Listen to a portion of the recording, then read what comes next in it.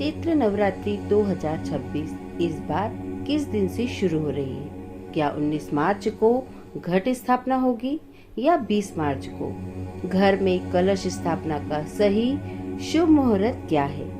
अगर आप भी माँ दुर्गा की कृपा पाना चाहते हैं तो इस वीडियो को अंत तक जरूर देखें। सभी को जय श्री कृष्णा, जय माता दी। आप सभी का स्वागत है आपके अपने चैनल संस्कार कथा चित्रण में। यहाँ आज हम जानेंगे चैत्र नवरात्रि 2026 कब से शुरू हो रही है, घट स्थापना का शुभ मुहूर्त क्या है, 9 दिनों में किस देवी की पूजा होगी, कौन सा भोग माँ को अर्पित करें और अंत में किन किन नियमों का पालन करना है हमें व्रत के समय। चैत्र नवरात्रि हिंदू धर्म के सबसे पवित्र और शक्तिशाली पर्वों में से एक मानी जाती है।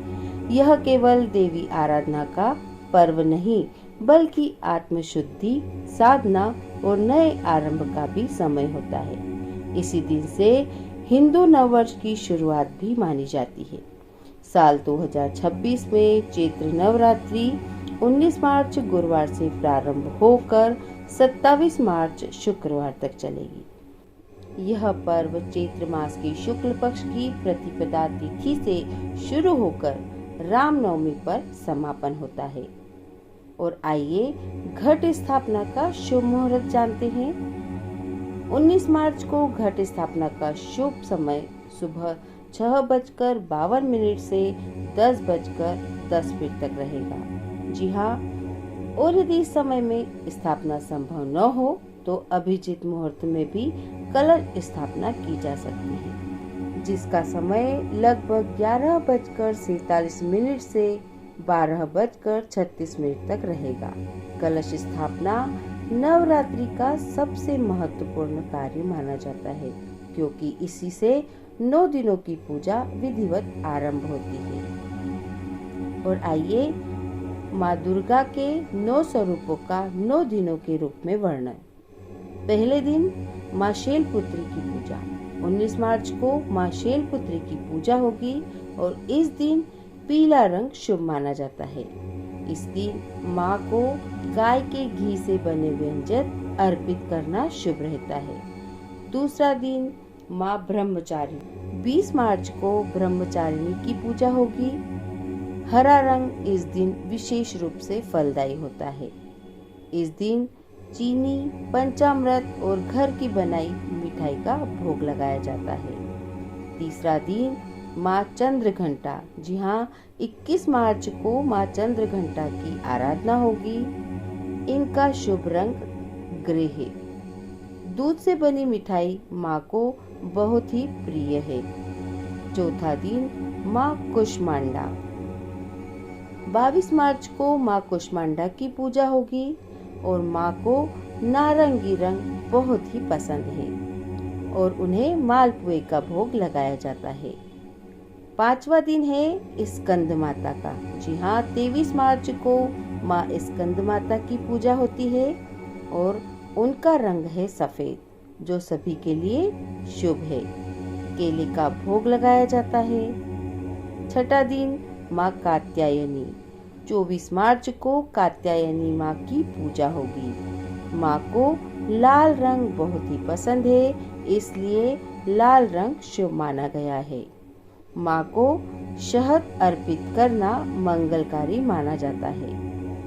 7वां दिन रहेगा माँ कालरात्रि का। जी हाँ, 25 मार्च को माँ कालरात्रि की पूजा होगी और उन्हें नीला कलर बहुत ही पसंद है, इसलिए सभी के लिए यह रंग शुभ है। माँ को गुड़ का भोग अर्पित किया जाता है। 8वां दिन माँ महागौरी। 26 मार्च को माँ महागौरी की पूजा होगी और माँ का शुभ रंग है गुलाबी। माँ को नारियल बहुत ही पसंद है, इसलिए नारियल का भोग लगाएं या नारियल से बनी मिठाई का। इस दिन बहुत से लोग कन्या पूजन भी करते हैं। 9वां दिन माँ सिद्धिदात्री का। 27 मार्च को माँ सिद्धिदात्री की पूजा होगी और इन्हें बैंगनी रंग बहुत ही पसंद है।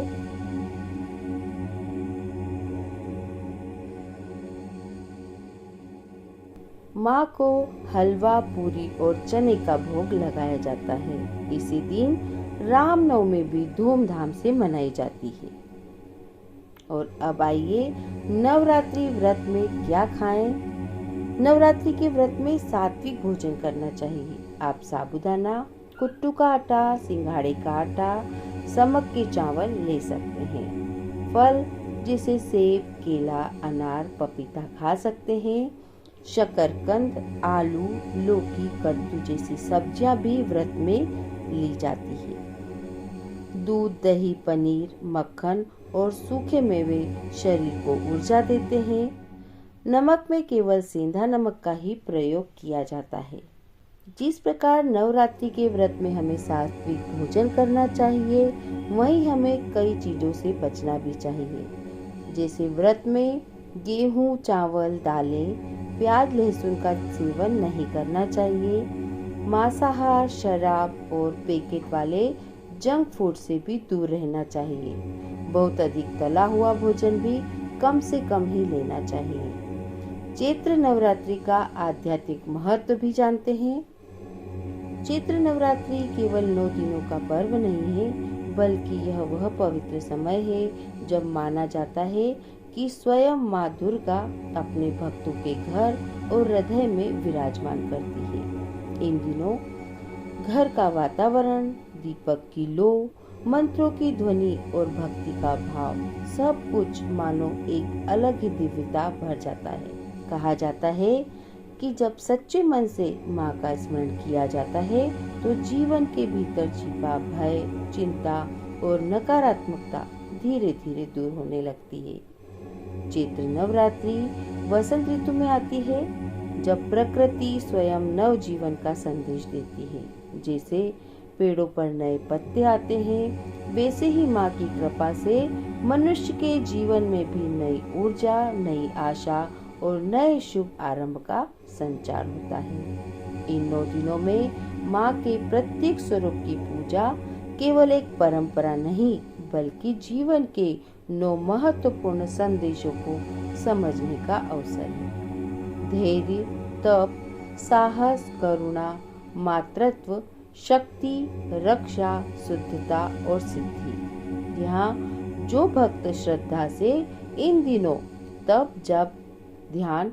और पूजा करते हैं, उनके घर में केवल सुख समृद्धि ही नहीं, बल्कि मन की अपार शांति भी आती है।